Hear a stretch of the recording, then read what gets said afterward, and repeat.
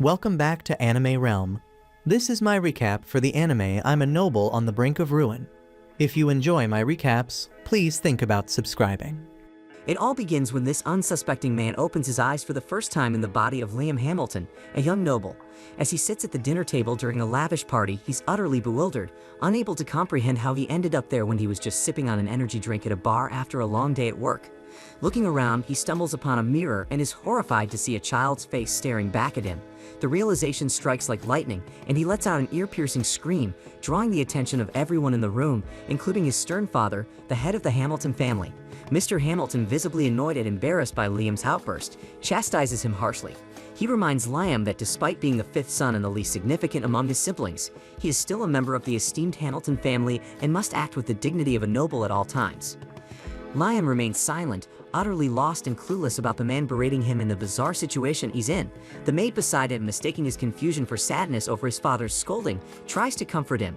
She remarks that he should be grateful his father is in a good mood today, because on another day, things could have been much worse. She then casually mentions the reason for the Count's rare cheer. He finally has a daughter after being blessed with a string of sons, and this party is a celebration of her birthday. As the pieces start falling into place, Liam slowly begins to understand that he has somehow been thrust into the role of a noble son. Assuming it's just an incredibly vivid and peculiar dream, he resolves to sleep it off, confident he'll wake up back in his old life. But when morning comes, he wakes up in the same child's body, so the realization hits him that this isn't a dream, this is his new reality. Liam has no clue why he's been thrust into this bizarre situation, but with no other choice, he begins to accept his new reality and decides to go along with it. Dressing in the fine clothes of the young noble boy he now inhabits, Liam sets out to explore his surroundings. First on his agenda is checking out the balcony for a better view of the Hamilton estate, and as he steps onto the balcony, he is amazed by the vast expanse of land surrounding the mansion, which the maid proudly informs him all belong to the Hamilton family. While Liam is still figuring out how to adjust to this strange life, his older brother Bruno summons him for a serious conversation about their newborn sister. This is Bruno, the fourth son of the Hamilton family, and he seems to already have grand plans for their baby sister's future. He confidently declares that she must grow up to be beautiful so that she can marry into the royal family, a move he believes is the only way to secure the Hamilton family's future. Bruno then goes on to explain the dire situation the family faces. The Hamiltons are teetering on the brink of losing their noble status, having failed to achieve anything noteworthy for 3 generations. Their father, the current head of the family, represents the 3rd generation, and once he retires, leadership will pass to one of the 4th generation children. Bruno is convinced they won't achieve anything significant by then, which would result in the Hamiltons being demoted to commoners. Determined to prevent this, Bruno sees their sister's potential marriage as a golden opportunity to save their legacy. Despite being only 13, a mere year older than Liam, Bruno carries himself with a maturity far beyond his age, and he encourages Liam to start thinking about the family's future as well. Then their conversation is cut short when a tutor enters the room to begin a lesson on the basics of magic. Upon learning that he's about to study magic, Liam can barely contain his excitement. He leaps from his seat, drawing a mix of embarrassment and confusion from Bruno, who is taken aback by his brother's enthusiasm. Trying to temper Liam's expectations, Bruno warns him that only 1 in 100 people possesses the natural talent required to excel in magic, making the odds of success slim.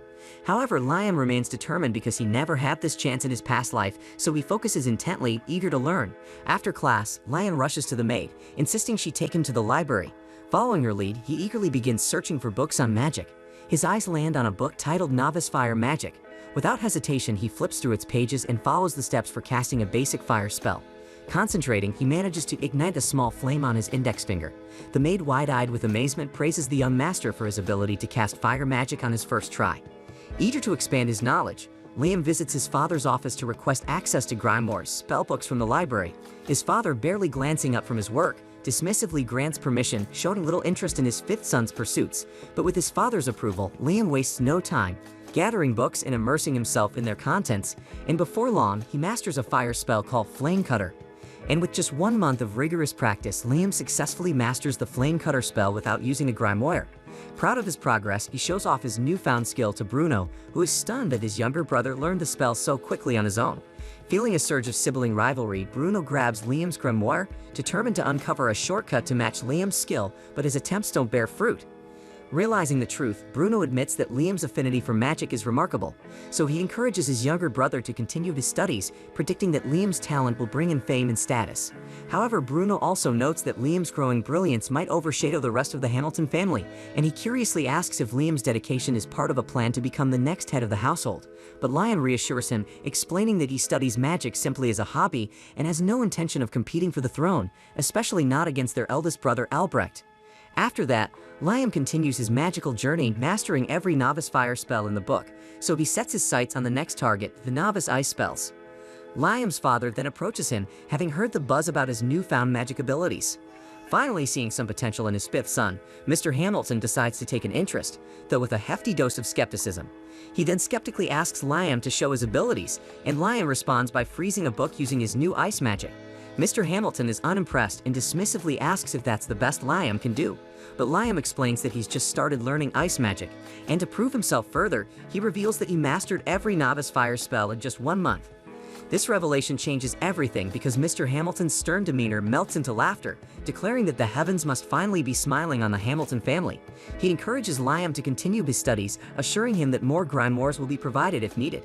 And for the first time, Liam feels genuinely supported by his father, and the encouragement ignites a stronger desire to grow his abilities. Later, as Liam heads to the woods to train, he notices one of the butlers whispering to his father about some bad news. Unaware of the situation, Liam continues to the forest, where he encounters a man in a white coat resting under a tree. The man casually asks if Liam is one of the Hamilton sons, and when Liam confirms, the man cryptically tells him to capture him, but when he sees Liam doesn't know what the hell he is talking about, he immediately dismisses his own comment. Changing the subject, the man inquires about Liam's grimoire, and when he learns that Liam is practicing novice magic, he offers to teach him something more advanced, and he immediately casts 5 different spells at once. Liam gets intrigued and eagerly accepts, and the man, impressed by Liam's lack of typical noble arrogance, agrees to teach him some tricks. He then starts with simultaneous spell casting, guiding Liam on how to create magic circles with both hands. Liam then manages to cast fire spells from each hand, and the man pushes him further, introducing the concept of casting 3 magic circles at once. But while Liam masters the technique, his magical reserves fall short of sustaining the spell. But despite this, the man is awestruck by Liam's raw talent and casually mentions his own ability to cast up to 16 spells simultaneously. But unfortunately, the man's time is limited, and he regrets not being able to teach Liam more. And as a parting gift, he hands Liam a ring, calling it Magicpedia, an artifact containing the knowledge of hundreds of grimoires worth of magic. Then as Liam slips the ring onto his finger, a flood of magical knowledge invades his mind, filling his thoughts with hundreds of spells he can now learn at will. Excited by this newfound power, Liam quickly masters a wind attack spell, but when he uses it, the mysterious man who had been teaching him vanishes into thin air, leaving Liam thoroughly perplexed. And moments later, his maid appears, scolding Liam for wandering alone in such a dangerous place, and warns him that a suspicious individual has infiltrated the estate. She then hands him a book on novice summoning magic, a gift from Mr. Hamilton, and heads back toward the house. But before Liam can fully process this, the enigmatic man suddenly reappears. He reveals that he had merely concealed himself to avoid being seen by the maid, subtly hinting at the danger he might pose.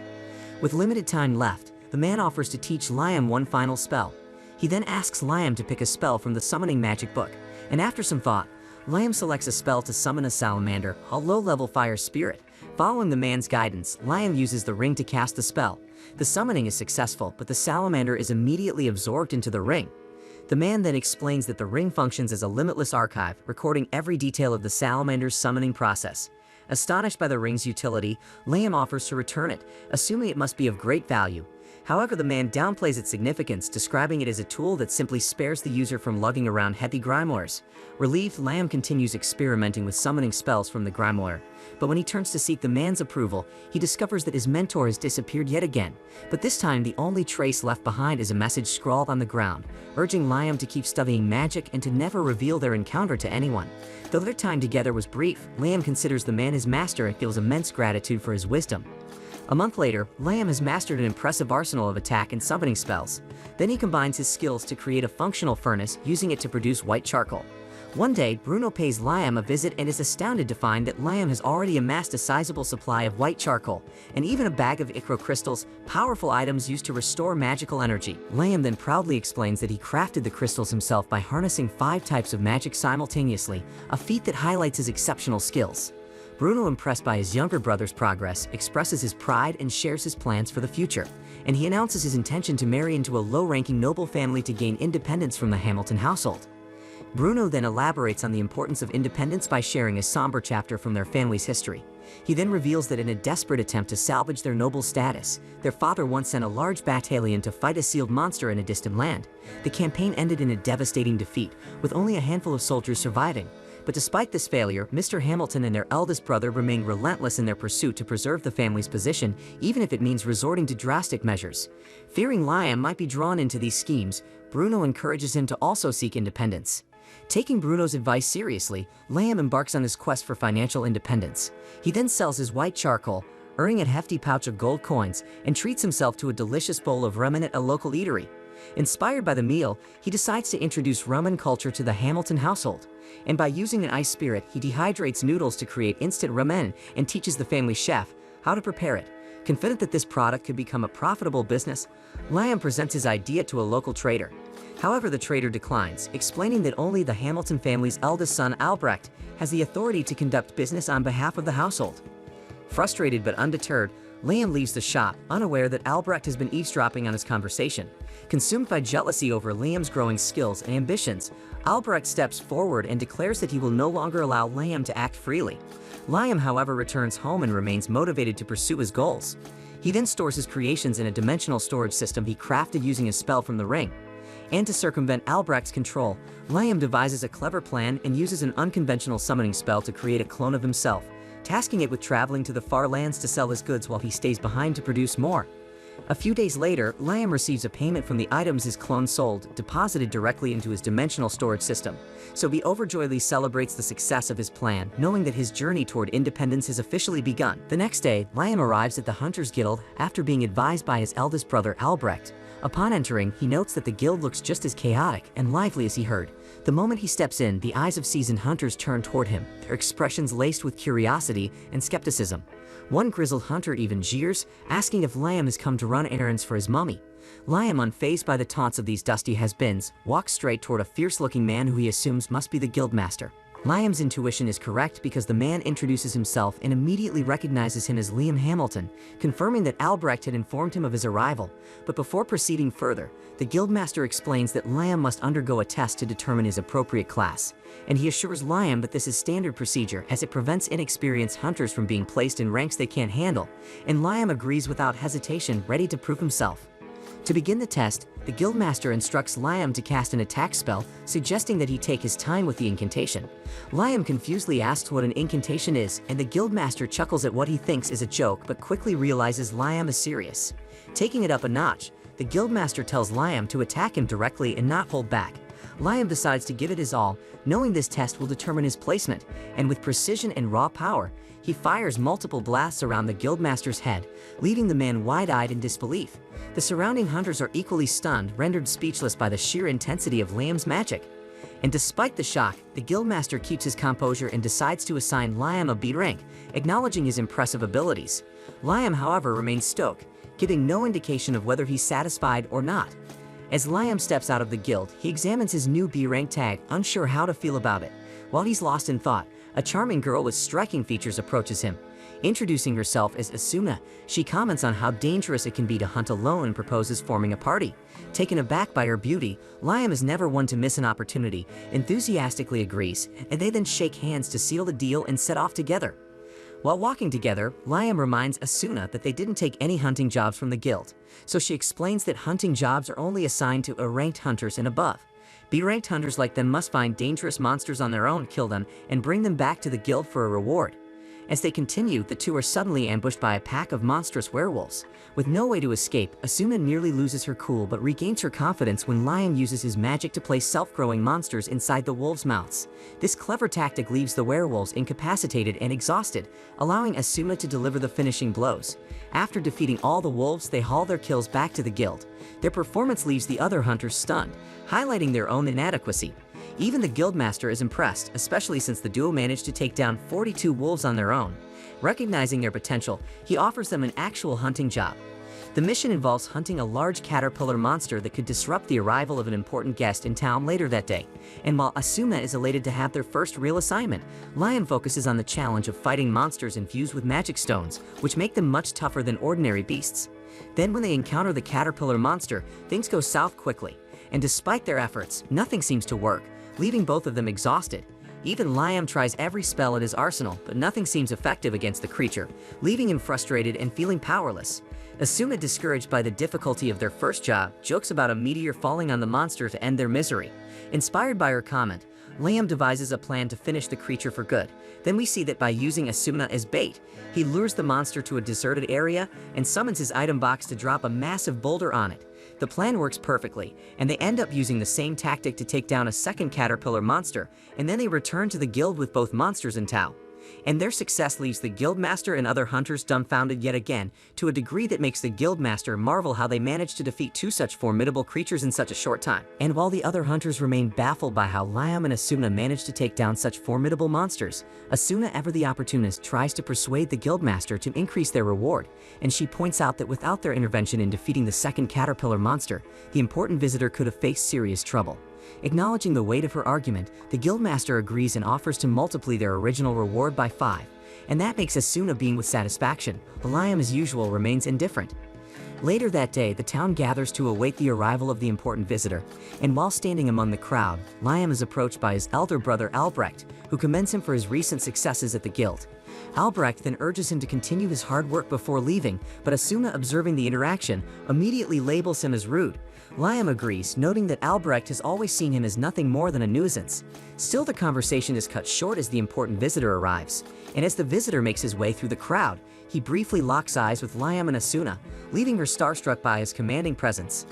Later, Liam is formally introduced to the visitor, who reveals himself to be James Stanley. During their conversation, James comments on Liam's accomplishments and mentions that he is familiar with Liam's father.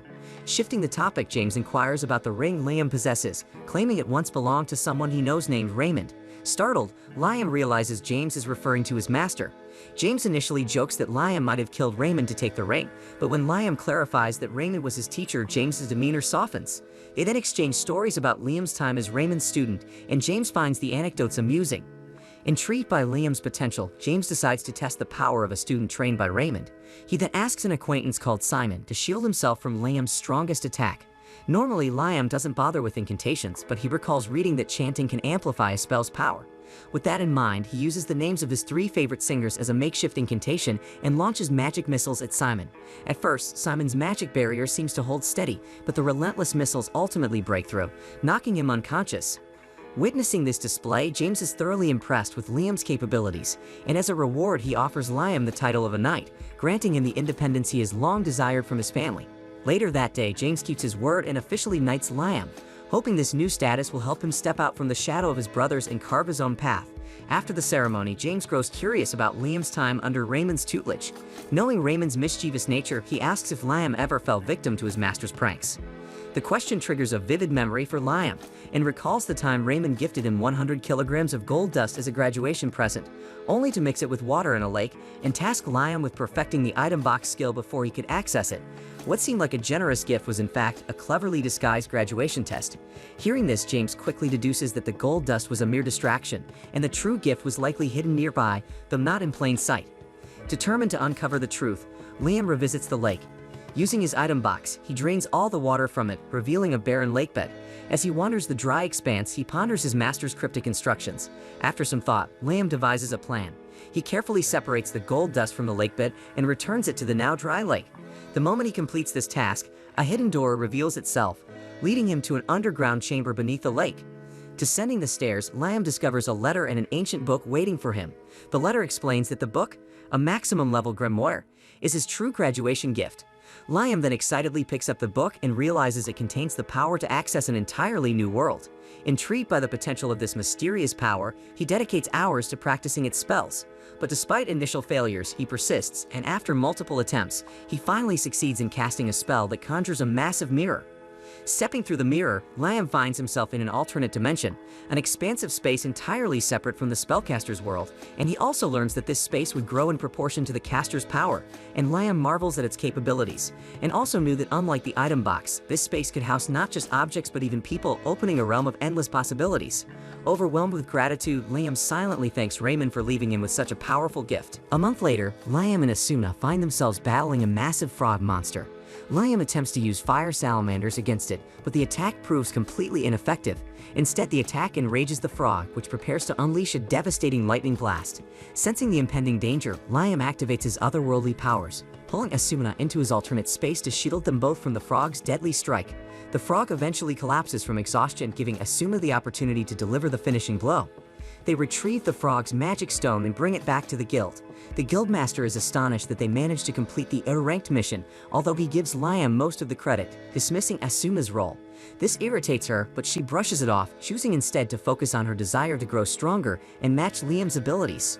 Seizing the moment, the guildmaster suggests that Asuna become Liam's familiar, explaining that this bond would align her powers with his and significantly boost her abilities. Asuna is overjoyed at the idea and immediately agrees, despite one caveat: as his familiar, she would be unable to refuse his commands. But she jokingly adds that she doesn't mind even if Liam decides to be sneaky with her, making the situation both awkward and amusing. And with no objections from either party, Liam agrees to the arrangement. The guildmaster then performs the ritual, requiring Asuna to kiss the back of Liam's hand, and as soon as the bond is formed, Asuna's power surges. She gains a unique ability that allows her to move at superhuman speed, almost like the Flash. But while impressed by her newfound strength, Liam remains skeptical about the familiar contract's effectiveness in boosting abilities so quickly. So to test his doubts, he decides to try it with someone else. Suna then recommends a woman she knows named Jody, and when Liam makes Jody his familiar, the transformation is equally surprising because Jody suddenly appears younger and gains the ability to heal others through her cooking. Days later, James summons Liam to his mansion with news about the arrival of Princess Scarlet. He commends Liam for his remarkable achievements since arriving in town, explaining that these accomplishments have captured the princess's attention. James then goes on to reveal that the princess is eager to see Liam's familiars in action and observe their unique abilities. However, Liam refuses outright, explaining that it would be an insult to his familiars, who are his trusted friends, not some sideshow performers. After he says this, James respects his decision and lets him go without further insistence. Unbeknownst to Liam, Princess Scarlet is actually disguised as this maid and overhears the entire exchange. Amused and intrigued, she confidently assumes that Liam wouldn't have the courage to refuse her if confronted directly. The next day, Liam is summoned to meet Princess Scarlet, but this time she isn't in disguise, and her full royal presence leaves no doubt about her authority, so Liam knows he'll have to be careful with his words. Entering the Grand Palace, he kneels before her, offering the respect her status demands. But Scarlet, uninterested in formalities, orders a seat to be brought for him. She wastes no time mentioning how she's heard about his feats, defeating an armored caterpillar and, more impressively, a giant frog. She's especially amazed he managed to kill the frog without using high-level magic, a feat no one else has ever accomplished. Still, her real interest lies in his familiars, and she asks him to show her their abilities. Liam quickly realizes that Scarlet is using her authority to make him comply, but he's not about to cave. Politely but firmly, he refuses her request. Scarlet's eyes narrow slightly as she asks if he truly means to defy a direct order from a noble. Yet Liam stands firm, no matter the consequences, adamant about not turning his companions into a mere spectacle for her entertainment. Expecting anger or even punishment, Liam is instead taken aback when Scarlet suddenly bursts out laughing. She finds his unwavering principles amusing and refreshing. He's the first person she's met who values his morals over the demands of authority, and that's something she can't help but respect. So she is pleased and decides to reward him on the spot, and without hesitation, Scarlet declares that Liam will be granted the title of Baron. Liam is utterly shocked, insisting he hasn't done anything to earn such an honor. But Scarlet, having taken a liking to him, brushes aside his protests and says that she's the damn princess, and she can do whatever she pleases, and she also points out that this title will ensure his family retains their status and security. But her generosity doesn't end there. With a regal flourish, she presents him with a familiar's contract grimoire. While the title leaves him in disbelief, the grimoire fills him with uncontainable excitement. Thanking Scarlet profusely, Liam leaves the palace with a spring in his step, eager to unlock the secrets of his new gift. A little while later, Liam is sitting in the forest, reading through the grimoire. He finds the spells inside fairly easy to use, but he knows that until he masters the book, his contracts won't be permanent. As he's practicing, he suddenly notices Bruno walking toward him. Liam is surprised because Bruno got married and left home a while ago, so he asks Bruno why he's here, but Bruno doesn't have a real reason. He just wanted to visit and hang out with his little brother, mainly to congratulate Liam in person for becoming a baron, which he says is a huge accomplishment. Bruno even jokes that Liam now outranks their father, but Liam doesn't understand what he means because their father is a count, and he's only a baron. Bruno then explains that while barons are generally lower in rank than counts, this country divides nobles into two categories: those who inherit their titles and those who earn them through accomplishments, so naturally nobles who earn their titles are considered more impressive. Liam didn't know this, but even after hearing it, he doesn't really care because his only focus is learning more magic. Later, as Liam walks through the palace halls, he comes across Albrecht and greets him, but Albrecht completely ignores him, so Liam is left confused, wondering why Albrecht seems so upset. At the same time, Albrecht is furious because he can't stand the idea that his younger brother is somehow overshadowing him. Then while walking, he overhears two maids talking about Liam's achievements, and their praise for Liam only fuels his anger. He storms over to them, yelling that if they think Liam is so great, they should quit and go work for him instead. The maids quickly realize Albrecht is jealous of Liam, so they apologize and try to calm him down. But Albrecht doesn't stop there. He asks if they really believe Liam is more important than him. The maids, eager to keep their jobs, nervously assure him that he is of course better than Liam. Feeling slightly appeased but still angry, Albrecht walks away, determined to prove that he is the better brother, and he swears that he will accomplish something to show everyone that he deserves more recognition than Liam. The next day, Liam meets up with Asuna and Jody in town. The three of them quickly become the center of attention, mostly because Jody and Asuna are undeniably gorgeous. As a result, every guy in the crowd is glaring at Liam like he's the luckiest and most hated guy in the world. Ignoring the stares, Liam suggests they officially form a party. He makes it clear though that he won't pressure them into anything they don't want to do. But thankfully neither Asuna nor Jody have any objections, so they agree to team up. Later that day, the newly formed party heads into the forest on a mission, and during the mission, Jody takes aim with her bow and lands a perfect shot, hitting a wolf in the neck. As the wolf stumbles, Asuna rushes in and finishes it off with a clean strike from her sword. Liam, impressed by Asuna's speed, compliments her, noting how much faster she's become since becoming his familiar. Jody chimes in, pointing out that her eyesight has improved significantly since the contract reverted her to her younger self, and she jokes that she no longer has old lady vision. Liam then curiously asks if having better eyesight is always a good thing, and Jody assures him it is, especially since she's an archer. Taking that as a cue, Liam raises his hand and casts an enhancement spell on Jody's eyes, boosting her vision even further, and now she can see way beyond what was possible before. Asuna then intriguedly asks Liam what he just did. Liam explains that it was a basic enhancement spell to improve Jody's vision, so she gets excited and immediately asks him to cast a similar spell on her. Liam hesitates though, explaining that while he could enhance her combat abilities, the risk isn't worth it, because enhanced strength could put too much strain on her body, potentially causing serious injuries like broken bones, but spells like vision enhancement are safe and effective. Thanks to the spell, Jody can now snipe targets from an incredible distance, and she's beyond grateful to Liam for the upgrade. After a productive day of hunting, the group returns to the guild, but they are greeted by chaos. The guild is in complete disarray, and when they ask what happened, they're told that Albrecht caused a massive problem by breaking the forest seal. So Liam immediately pieces things together. Albrecht, who was consumed by jealousy, must have tried to defeat the monster sealed in the forest in an attempt to prove himself. Realizing the seriousness of the situation and feeling partly responsible for pushing Albrecht to such reckless actions, Liam wastes no time and bolts out straight for the forest, determined to assess the damage. Liam and the others soon arrive at the spot, and it's so much worse than they could have imagined. A lot of soldiers are badly injured, and many more are already in hell, and that shit makes Liam is absolutely horrified. He then spots Albrecht lying on the ground injured, so he quickly runs over to him. But as soon as Albrecht sees him, he jumps up in a frenzy, yelling that he hasn't failed yet. But just then the guildmaster steps in with a stick and whacks Albrecht over his damn head, muttering that the situation is already chaotic enough without a crazy, insecure noble running around making it worse. Then once Albrecht is taken away, the guildmaster approaches Liam and tells him he's glad he came. Asuna then asks what hell is going on, so the guildmaster explains that the dragon fiend Raiden was once sealed in these woods by Liam's great-grandfather. But the freaking Albrecht broke the damn seal in a failed attempt to defeat Raiden, and now the beast is loose. The guildmaster says they know how to reseal Raiden, and he's already gathered the people needed to do it, but the real damn problem is Raiden's children. And those little Raidons are the ones causing all the destruction so far, and also if they can cause this much damage, it's terrifying to think about what the real Raiden might do once he regains his strength. But luckily the big Raiden has been sealed for so long that it will take about a week for him to recover enough to attack, so if they can reseal him before then, they can avoid disaster. Liam is determined to help, so he races to Raiden's location and finds him guarded by his 3 little Radons. The little Radons aren't that big, so Asuna decides to take her chances and charges in for an attack. But before she can strike, one of the little Radons fires a massive fireball at her. She barely dodges, but the tree behind her is completely vaporized. Liam then tries to use his magic missiles to attack the little Radons, but they counter with fireballs, canceling out his spell. Realizing his strongest attack isn't enough, Liam starts to feel stuck, but then he remembers he has one last trick he can try. Liam then tells Asuna to take Jody and run. Though they hesitate, they listen and retreat. The little Raidens then charge straight at Liam, but just before they reach him, he opens his another world gate, creating a portal. The little Raidons, unable to stop in time, fall into the gate and are trapped inside another dimension. The Guildmaster is stunned that Liam managed to defeat all three of the little Raidons by himself, but Liam, equally surprised, admits it was a close call. Now that the little Raidons are no longer a threat, the Guildmaster calls for everyone to begin the process of sealing Raiden once again.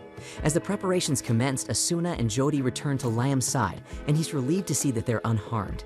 They ask about the spell used to handle the little Radons, and Liam explains that it's a dimensional spell that creates a separate space, and also they won't be coming back again, because at his current level, anything trapped inside his dimensional spell gets erased when the gate closes. Just as Liam finishes explaining, a voice echoes in his mind, and in the blink of an eye, he is pulled into Raiden's consciousness. Inside the dragon's mind, Raiden greets him, addressing him as a human with an immense soul, and demands to know who he truly is. Liam is confused, replying that he's just an ordinary human, but Raiden clearly doesn't believe him. The dragon notes that Liam's soul and body don't align, which only deepens the mystery. Realizing what Raiden might mean, Liam recalls his reincarnation into the body of Lion Hamilton and wonders if Raiden knows anything about it. However, Raiden has no answers, and what he does know is that Liam's life is bound to be extraordinary, and he makes a surprising proposal. Raiden offers to accompany Liam, promising to bring no harm to him or anyone around him. Instead, he pledges to help Liam grow and refine his skills. Liam doesn't sense any hostility from Raiden, and intrigued by the offer, agrees to the deal. Then in an instant, Raiden's body begins to dissolve, and his essence is absorbed into Liam's soul, leaving behind a glowing dragon-shaped mark on Liam's hand. Liam immediately feels a surge of power coursing through him. To test it, he fires a magic missile into the sky, and is shocked when he successfully controls and launches 17 spells simultaneously, so it's clear that Raiden's power has dramatically enhanced his abilities. However, the newfound power comes with unintended consequences. The dense mana emanating from Liam's body causes everyone nearby to experience severe headaches. Liam then notices everyone around him struggling and quickly realizes his uncontrolled mana is to blame. So he suppresses it immediately and apologizes for his carelessness. And to show his sincerity, he offers the Guildmaster 10 kilograms of gold dust and suggests using it to cover the treatment cost for those injured in the battle. Later that evening, Liam meets with his father, who expresses heartfelt gratitude. Liam's actions not only prevented disaster but also mitigated the damage caused by Albrecht's recklessness. His father also mentions that James is still in town, so word of Liam's accomplishments is likely to reach the royal capital soon. That night, Liam goes to bed exhausted, but he wakes up the next morning with a surprise, and its 2 new spells have appeared in his mind, so he excitedly rushes outside to test them. After several hours of trial and error, he successfully cast 1 spell, summoning a little Raiden. He then discovers that it's not yet combat ready, but with more practice, Liam plans to make it useful in battle, so it's now more like a cute pet. Then as Liam plays with the little Raiden, Princess Scarlet approaches unnoticed. Catching sight of him using magic, she recognizes it immediately as holy magic. Though she already knew Liam was talented, the revelation that he can wield holy magic in his age leaves her stunned. However, that's not why Scarlet is here. Scarlet has come to deliver Liam's reward for defeating the Dragon Fiend. While she had hoped to grant him a higher noble title, the other nobles objected to a landless child being promoted so quickly, but instead she awards him the Order of the Phoenix 3rd class. Then before leaving, she asked Liam to explain exactly how he defeated the dragon, as she may need to declare him a national hero depending on the details. But Scarlet gets horrified when Liam admits to absorbing the Dragon Fiend. She momentarily doubts everything she thought about him, but then remembers seeing him use holy magic, which complicates her judgment. But then ultimately she warns Liam to keep the truth about Raiden a strict secret. The next day, a chest containing 3,000 gold coins arrives as hush money. Liam is baffled by Scarlet's insistence on secrecy, but decides to go along with it, unsure of why this revelation is so damn dangerous.